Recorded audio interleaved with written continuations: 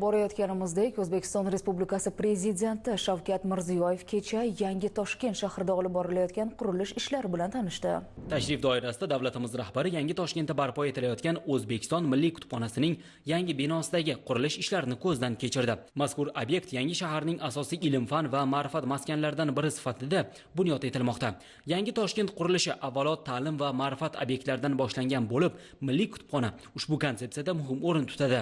Ayni paytda majmuada qurilish va pardozlash ishlarining 90% bajarilgan. Kutubxonani joriy yilda foydalanishga topshirish rejalashtirilgan.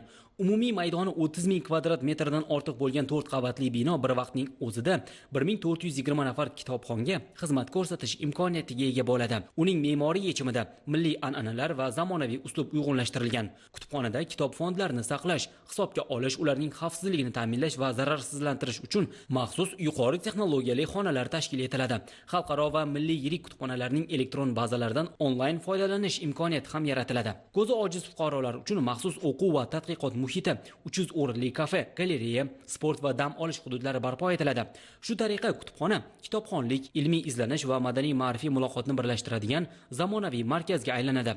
Prezidentimiz qurilish va jihozlash ishlarini sifatli yakunlash, kutubxona fondi, raqamli xizmatlar hamda foydalanuvchilar uchun yaratiladigan sharoitlarni o'zaro uyg'un holda tashkil etish bo'yicha ko'rsatmalar berdi.